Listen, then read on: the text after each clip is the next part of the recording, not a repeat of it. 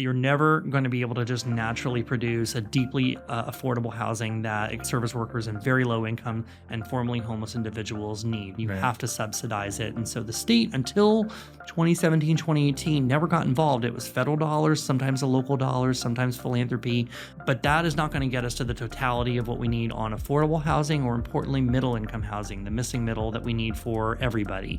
We had my information hearing with my committee really focused on the cost of development, the land values, the materials and the labor, and the financing that it takes to piece everything together.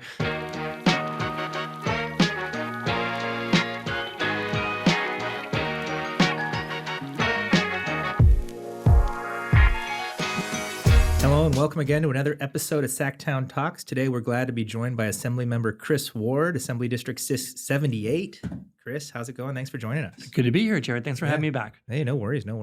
Assembly District 78, San Diego, a little redistricting changing. Kind of how's your district looking now? Yeah, so it's looking great. Love my hometown. So it's really central San Diego. So it shifted from the previous version a little bit northeast. And so I still maintain a lot of my core neighborhoods that I served on in San Diego City Council back in 2016 to 2020, everything around Balboa Park. But it heads north to Miramar and out to the city of El Cajon. So it includes San Diego State, University of San Diego, Miramar College, kind of central San Diego. Some great neighborhoods. Yeah. So we just had an election. Kind of how was the election?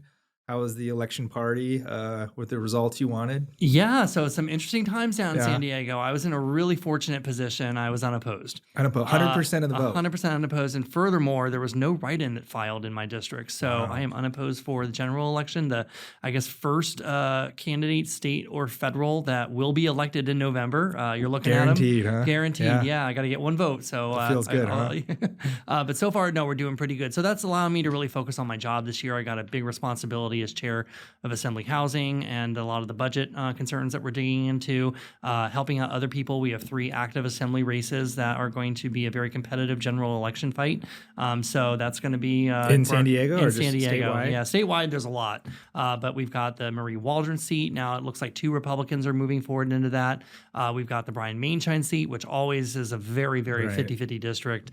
And we have 1 Democrat, 1 Republican. And then the Dr. Akilah Weber seat has 2 Democrats moving forward. So that's also going to be a very interesting kind of race. Yeah, San Diego's always been interesting politically. It's always been kind of conservative, right? And it's kind of had this kind of shift to be a little more purple, and now it's kind of bluish. Yeah, not so much more recently. I would say it was when I first arrived there in 1998. In fact, that's what got me inspired to get involved, is because the people who were representing me did not represent my community very well, and I thought we could do better. And so I saw and was active in trying to register voters and inspire other volunteers and change the game, change the outcomes. And we did a lot of registration efforts, but as that got easier with our state laws to be able to register voters and go to automatic voting, automatic mail-in ballots, you saw the number of people participating increase. So a lot more Democrats. And then, 2016 with the Trump effect really shifted a lot of our North County away from the Republican Party. And so now they're actually in 3rd place in the county. Democrats have their 1st place in registration, declined to states are 2nd, and GOP has fallen into 3rd. Yeah, I think I saw something on the news, like the San Diego City Council used to be all Republican. It was. It's all Democratic, except maybe well, for not one guy. all Republican. It was, very split. Sometimes lean Republican had a Republican mayor. When I arrived there in 2016, we were a 5-4 Democrat council with Republican Mayor Kevin Faulconer. Slowly in 2018, one of those Republicans lost re-election, so you got 6-3. And then in 2020, it went 8-1. And in 2022, the 9th seat held by a Republican was picked up by a Democrat. And now we have Todd Gloria, my predecessor on council in the Assembly, is now our mayor. So it's a 9-0 Democrat council with a Democratic mayor. Now, I don't know. We're just kind of talking off camera about the Sacramento mayor's race and how close it is. Sacramento, the mayor is just kind of like another city council member. In San Diego, do you guys have a strong mayor? It is a strong mayor, okay. Yeah. So it's not sitting on council, oversees the day-to-day administration responsibilities, and implements and signs the legislation the council sends. Is there term limits for? There is 2 term limits under our charter, so 2 4-year terms. So Todd is right now did very well in his primary, looking very solid for a re-election, but this would be his last term as mayor. Oh man, so sad. He's done such Well, it takes a while to get, your vision up and running, Yeah, and it's a hard time to be a big city mayor right now. totally. We've got a lot of challenges out there, a lot of frustrations, and you have less to work with. Cities are Mm. really underfunded. So like I was really impressed. I went down there last year, Mhm. took my kids down to the beach, down to SeaWorld, and I was just amazed that I'd been there years before and there was tons of homeless downtown around the beaches and it was really improved, I thought. Kind of what's your secret sauce down there in San Diego and what have you guys been doing to kind of help the homeless Yeah, problem? when I was running in 2016 for council, obviously it was a big issue then. It was the number one issue for constituents, voters. And so that was something I knew I had to dive into. And we had very broken systems that were not understanding the nature of why people were falling into homelessness, not Hmm. figuring out the best practices on how to resolve and get people out of homelessness. And so that was one of the things. In addition to council, I was the chair of our continuum of care. Those are sort of federally organized areas that generally do your annual point in time count in January, but have some other functions. And we really gravitated around that because then we were able to get the city and the county to cooperate together and really share knowledge and resources and coordinate better. And that's Hmm. key to solving homelessness. Bringing all your nonprofit partners to one table and really aligning all your resources in a way that's maximally effective. A lot of the COVID dollars that we got for rent stabilization and for other services helped. And so, a variety of things, like, of course, the end goal is more affordable housing. That is Right. going to solve homelessness. And we've been doing more, but not enough in San Diego and across California, making sure that our service providers are better compensated so that they are out there doing the hard work and they are meeting people and gaining their trust and pointing them in positive directions, but also providing that transitional step, right? We have been expanding shelter and now really safe camping sites that have one safety for those participants. So they're off Hmm. of city streets and they're now in an area where it's behind a gate. They can receive services. They feel safe at night and not subject to getting accosted and crime. And then they can make their next steps and connect with a case manager and start to kind of figure out their pathways forward. So it's a variety of, I think, components on the Right. spectrum of solutions that San Diego's made investments in. And it's still difficult because we are seeing more people fall into homelessness, lose their place to live as the rents have been rising, and the inflow into homelessness. And we monitor this monthly in real time. Is the inflow is still greater than the outflow, so that's why you see a total number rise. But we're trying to coordinate the landscape better in a way that we have resources to work with right now, and it's difficult. Yeah. We were just talking off camera about kind of Prop One and the Yeah. razor thin margin is kind of surprising that it's not kind of overwhelming, kind of passing. Kind of what does Prop One do, and kind of how would it help kind of this homeless issue in your city and elsewhere? Yeah, so Proposition 1 does two things. So we have an existing Mental Health Services Act, which takes some of the top 1% of income from some of the largest income filers and puts it towards dedicated mental health services. But what we've seen over the last decade or more is that the sort of entitled buckets of funding that have been under that MHSA Act that voters previously approved had not optimally been designed. So we're Hmm. trying to realign that based on our own observations and experience over the last decade into ways that are going to stretch those dollars a little bit better. And so that was part of the ballot. And then these are two bills that eventually consolidated to make the proposition that we put on the ballot. And then the other part is being able to now have capital that will be able to support a bond effort for more housing and more intervention spots for those that are at risk of homelessness or are experiencing homelessness, particularly those with are in crisis situations where they need stabilization. So again, you think about what's offending most people in our community. Hmm. Prop One will solve that, Right. but it was hanging on, at the time of this recording by a thread. We're just narrowly in a yes position when it Yeah, I think it's should like be overwhelming. 13,000 or 20,000 votes it's leading by right now. If that, Yeah. it's bouncing back and forth. There's a lot of votes out there to be counted. Los Angeles, unfortunately, comes in really slow. That's Right. leans heavily Democratic. Yesterday, there was a big dump from Riverside and San Bernardino County and others, and that really depressed the vote. So it's, but we're trying to read into the tea leaves though, because that's going to inform the November ballot a lot. We have a big question within the legislature and the governor about bonding. I'm very supportive of our housing bond. We Hmm. need those dollars. We just exhausted the last bond from 2018, and we need more affordable housing state support. But that's in competition with a necessary education bond that's out there, and Right. then climate initiatives that we're seeing being cut under the proposed budget as well. So, and we have a total bonding capacity that we can't exceed either. Oh, So really? somehow the legislature, yeah, we estimate that's around 14 to 16 billion dollars before we hit hit certain limits that the state cannot over exceed. And so that's what we have to work with. We need to design something that we think is going to have best impact on all of these issues and put that question before the voters. So that sort of is in our bubble trying to make something smart. Right. And then you get into the political realm and figure out, well, can this even pass the voters, right? That's the danger that I'm seeing out of Prop 1. If we can't get something that is pretty obvious in need, that had no opposition funding at all, to be having overwhelming support by the voters, we've got to figure out a way to message this in a way that's going to pass muster. That's what's interesting is like, you put out these things and just the mood of the public, like you just don't really know. Well, we do know though. I mean, I go home and I have my town halls and everybody's frustrated and there's a deep distrust in government. And so the best I can do as one individual is to be their representative and be their face, stay engaged, give them the honest answer about what's going on and what we have to work with. And they do appreciate that. Even Republicans that I talk to in my district, express, what they don't want, additional taxes. They're tired of the business regulations. And I hear that, and they're not wrong on a lot of these points. And when we get to specific solutions, I think we've got a winner there. And I'd love to be able to try to support that. But they also are keeping open ears and they're hearing that, hey, I've got a lot of demand coming into my district office, right? People need us to stabilize the housing situation. They need support for social services because that's what's letting them just kind of hang on. Otherwise, they would fall through the cracks. And so when they recognize that I've got to represent 500,000 people and reconcile a lot of these interests, and you can have that honest conversation without getting a little bit too in your own corner and having a rally style conversation, people realize that the what you have to work with is difficult. But those conversations, I think, help to, and direct connection with your representatives helps to maintain a little bit of trust in government. Yeah.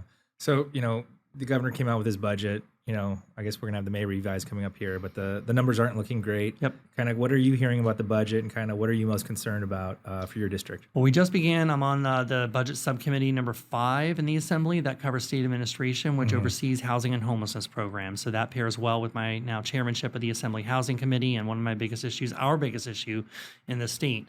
And it's deeply concerning when I see, the investments that we've been making in recent years, while not enough, scaled back. So he's proposing in his January budget, and it's just a proposal, more than $1.2 billion of reductions to housing programs. We know where those are going to. We know the numbers of units that those are constructing. We know the programs that those are helping resolve homelessness. And we know we have a big crisis out there that we have to meet. So regressing on those commitments is a direction I don't want to see us go. Now, we have a responsibility as a legislature to have a counter proposal. So if not that, then what else are we looking to cut? Or how else are we looking to close that gap?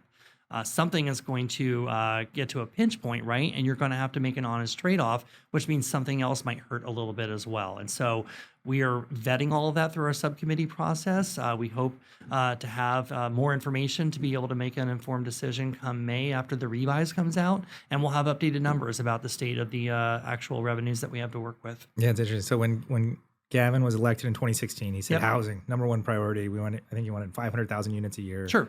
And building a house in 2016 was a lot easier than it is today. And we, I guess we've fallen behind. There's so many challenges in housing because you have, interest rates, stuff out of our control, cost of supplies, labor, land values, all coming into play. And so there's only almost so much we can do here in California. Kind of what are some of the things you're looking at and working on in the housing, committee to kind of help, chip away at some of these various issues? Well, there's two really roles of government, right? One is to let's stay on the lane of funding. Is that's your subsidized housing, right?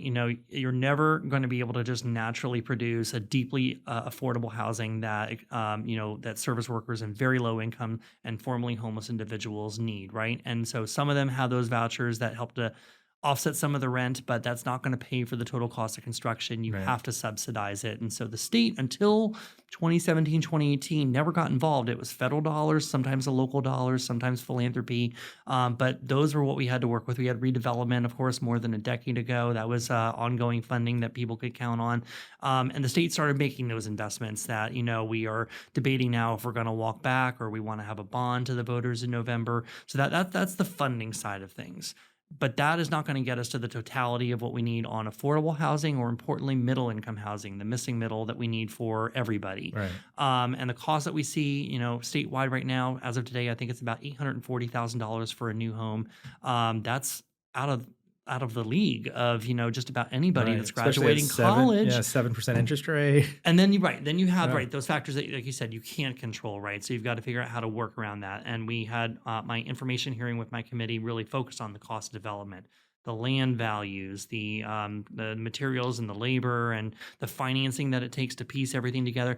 So let's get into the second thing that the state government can Mhm. do, and that's really to reduce a lot of the regulatory barriers. Now, many of those are put into place because you want safety protections, Right. you want to have everything coordinated well with the vision of what you have for community development, infrastructure, what supports really good community development and all the residences that you want to see. But over time, you said it's easier to build, back in 2016 than today. I disagree with that. We've reduced a lot of barriers, and we are closely looking at more ways to go around that.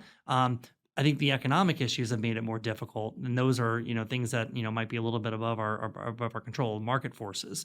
But we are trying to be able to meaningfully reduce those in a way that's going to spur production, so that we can start to actually meet what we need to stabilize. We've had more population in California over the last 20 years than we've had new housing Right. developments. And so that imbalance, that demand imbalance, is actually causing a lot of the pricing challenges that we've seen today. And people are having to make a really horrible choice right now. Do I leave the state because I don't see a future here for me? Or do I pay more, sometimes all of my paycheck, to be able to live here? We've got to get things back under control. Otherwise, it's going to be really bad for the state in 20 years. No, I remember last time you were on, we talked about kind of corporate ownership Yep. of housing, and kind of how it was kind of inflate, competition for homes was going up because you had these big, hedge funds and things kind of like buying up properties. And then kind of you learn a little more on the other side, and they're like, oh, well, all these tax benefits, federal tax benefits of buying these properties and holding on to them, renting them out. Yep. Kind of where are you right now in the corporate ownership? I know that's something you've been looking at and kind of thinking that might help kind of create more housing for people who actually want to live in the house long term. So it's a factor, Yeah. right? The biggest nut that we have to tackle is production, right? We do need more housing units on both the for sale for home ownership opportunities and also the rental market. When you see a vacancy rate in any region that is horribly low, like it still is across California Mhm. today, rent prices go up because the competition isn't there. So that is the biggest nut. But there are other sub issues within housing that are important. And I do think back then when we had at a bill that was trying to tackle speculation, where you were seeing a recent sort of surge in activity, where people were coming in short term buying a property and then Right. flipping it like 6 8 months later for a large profit, not even doing a thing to that property sometimes, but basically walking away with that equity and shoving the price up for the next person to buy in. And when you really escalate that price point, two things happen. One, it gets harder and harder for the next buyer, Right. more expensive, which is going to reduce the people that actually can buy a home to very, very wealthy people, or more corporations that want to come in there that have the capital to just buy something outright, and hold on to that property possibly as a forever rental unit that reduces home ownership. So I do have a bill this cycle that is going to be now past the assembly, is over in the Senate, and we're trying to work on some technical amendments from some opposition points.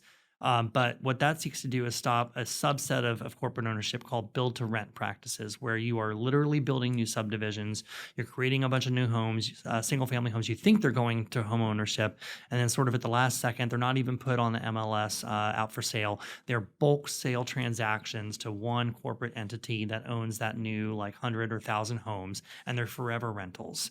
And all we're saying through my bill, EB 1333, is that nature of the transaction is kind of jump the shark. We think that those need to go out to traditional competition, traditional for sale. So you have to sell everything unit by unit, and that's Mhm. going to give competition for Californians to get in there and actually own that home. Right. Interesting. Yeah. Part of home ownership is one, the house, and then you have your insurance and then your utilities, right? And Yeah. kind of we have this kind of scary proposal this year that would set your utility price with your wage or your income. As you're noting, like you have an expensive house, Yep. you might have a high income, but you might be living paycheck to paycheck because you have to pay cost of living here. Kind of what are you doing to kind of help kind of the utility issue and kind of work that out? So there's a few things. I've always been a proponent of making sure that we were one, diversifying and going towards green energy Hmm. solutions. So I've been a big champion of the solar industry and continue to work in that space.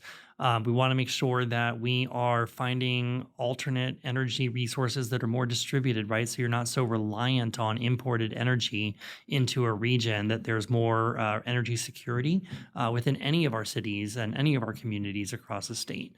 But on the pricing, and so yes, we've seen utility bills just again that were already bad get that much worse and really stressing out family checkbooks, trying to pay a lot of those bills. And you have to ask why in a time that you're seeing, on one hand, utility companies say that things are very, very expensive for them and that they are running, not able to pay their own bills. And so they're having to raise rates. They're getting approval from the PUC.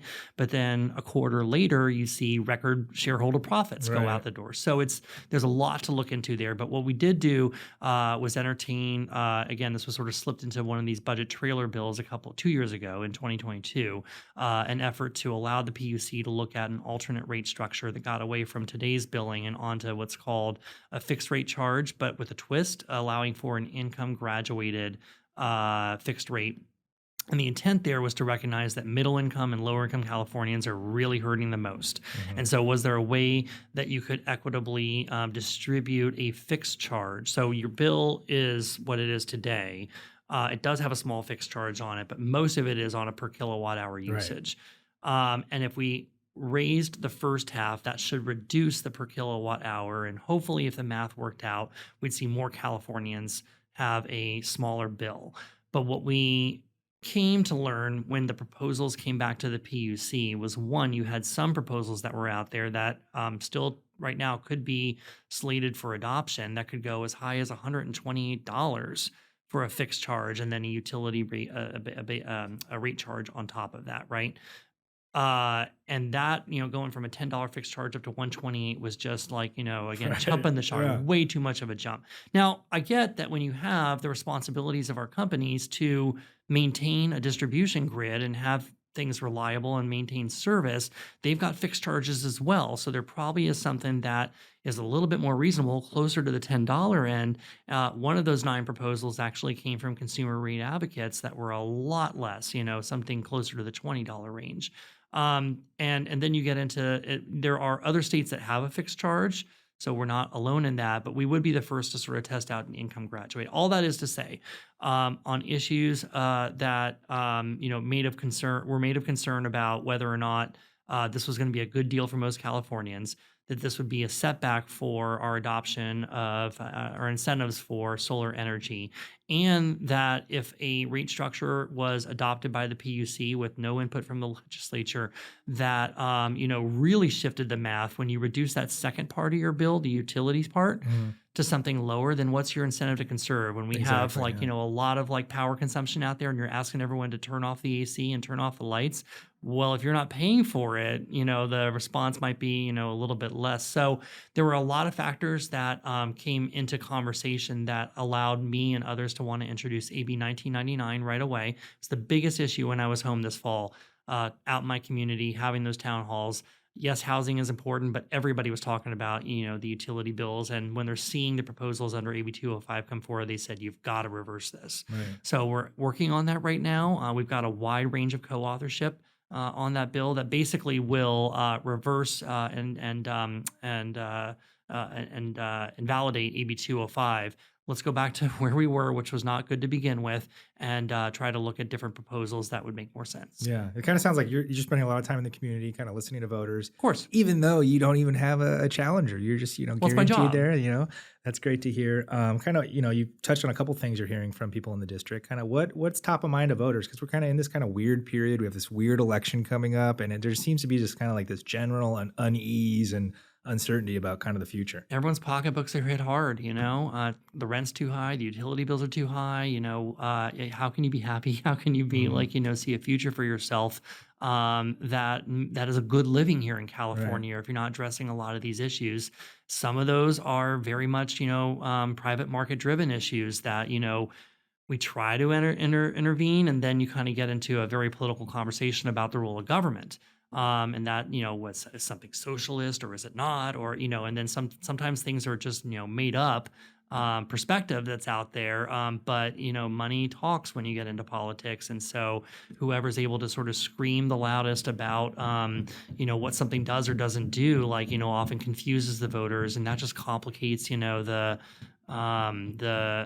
solution making that's out there, which is why it's important for legislators to be in their districts and talking to people about complicated complex proposals, Right. right? Some of these things are not so straightforward that you really have to walk through to explain to them what, some of the real underlying tenets are and the issues are. And this is why I'm leaning towards this direction as far as where I want to see our policy making. And usually when you have that more long-lived conversation, like they understand and they can build trust there. But when you have, very short sound clips, or you have a lot of, activity that's coming in on someone's Facebook or on the airwaves, Right. it's hard to combat that. It's interesting. I was talking to a new member last year, and he was on all these committees, and you're learning about so much, right? Like all these issues, and you're having to make decisions on Right. in industries, and like you don't even know about the industry or about things like that.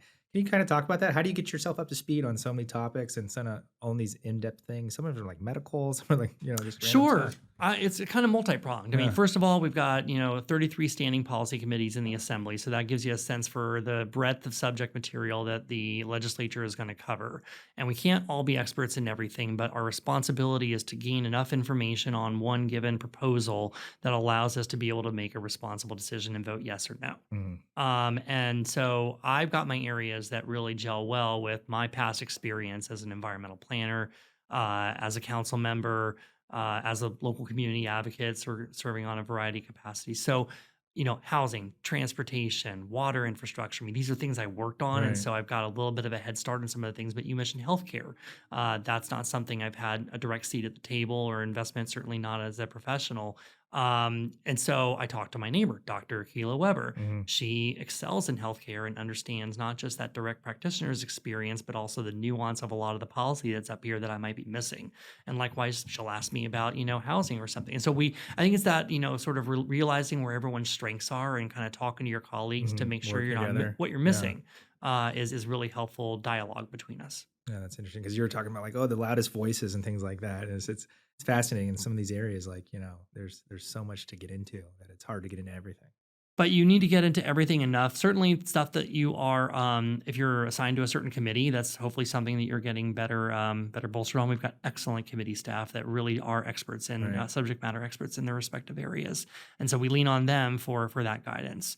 But I think just do you talk to your colleagues? Do you talk to industry experts? Certainly, talk to your voters. I think it's that sort of totality of conversation that helps to guide your decision making. Yeah. Interesting.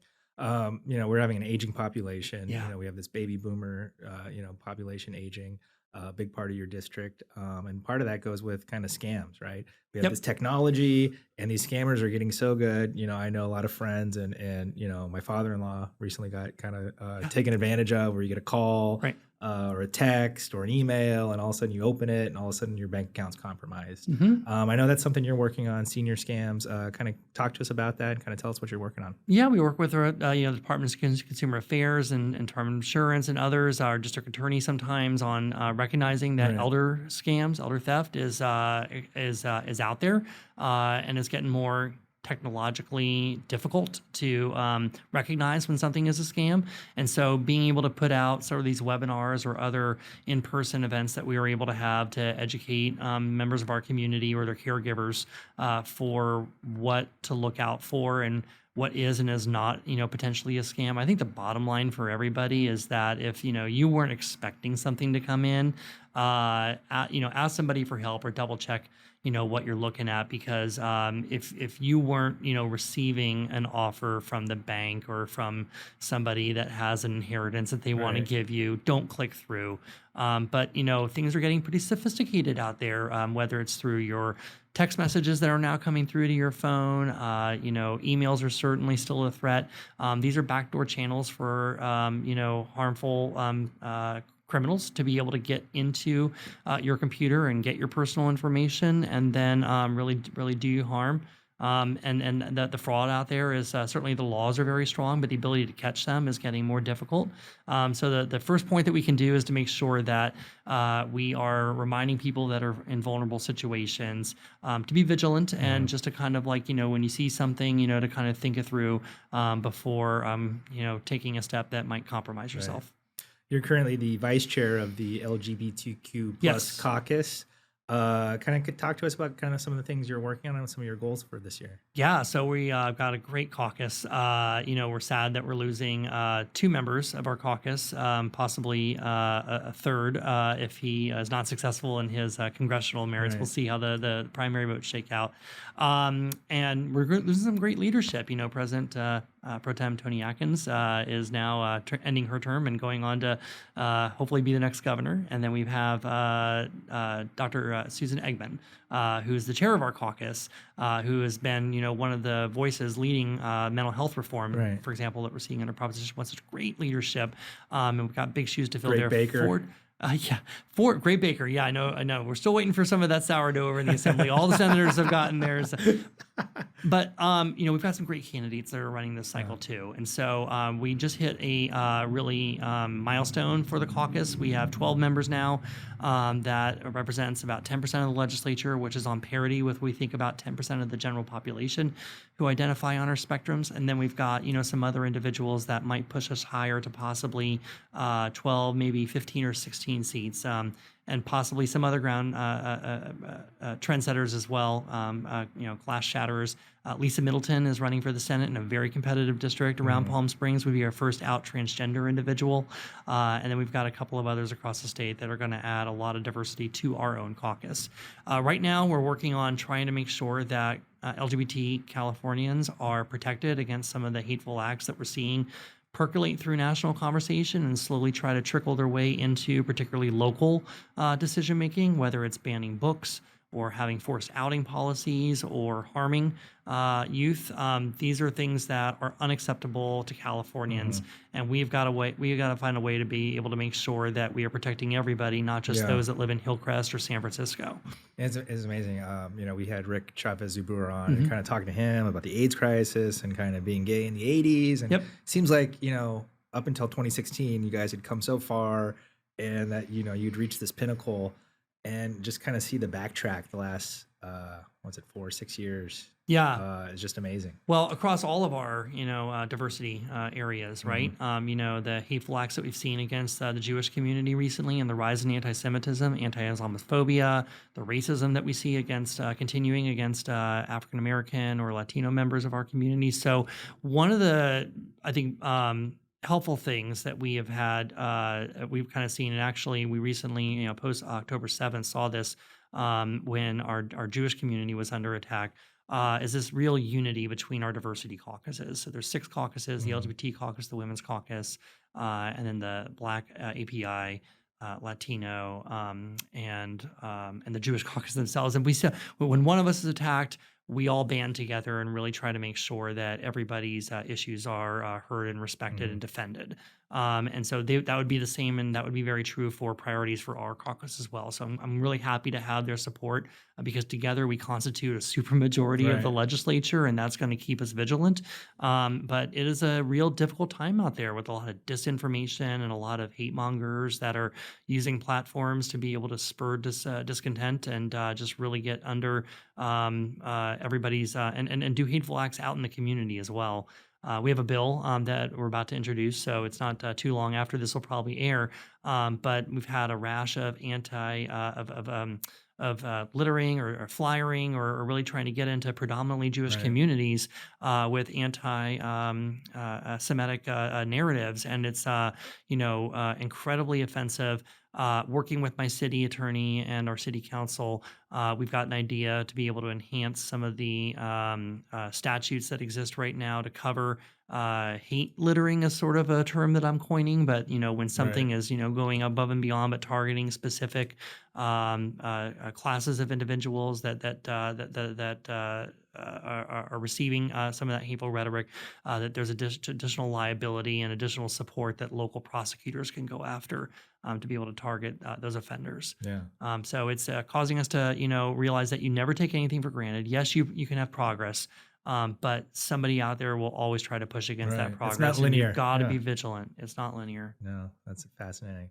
Well, Chris, thanks for taking the time to stop by. Thank you. Fascinating as always. And I know you got a busy season coming up here with committees and We do. We have a ledge real days, serious so season. Yeah, the yeah, budget driving a lot of that conversation. I was a staff member up here in 2008, 2009 when we had the Great Recession, and we right. had no reserves to be able to work with, to be able to reconcile, and that was some difficult chant. And now we're having some of those very same conversations where advocacy groups are coming in saying, "Please don't cut our budget.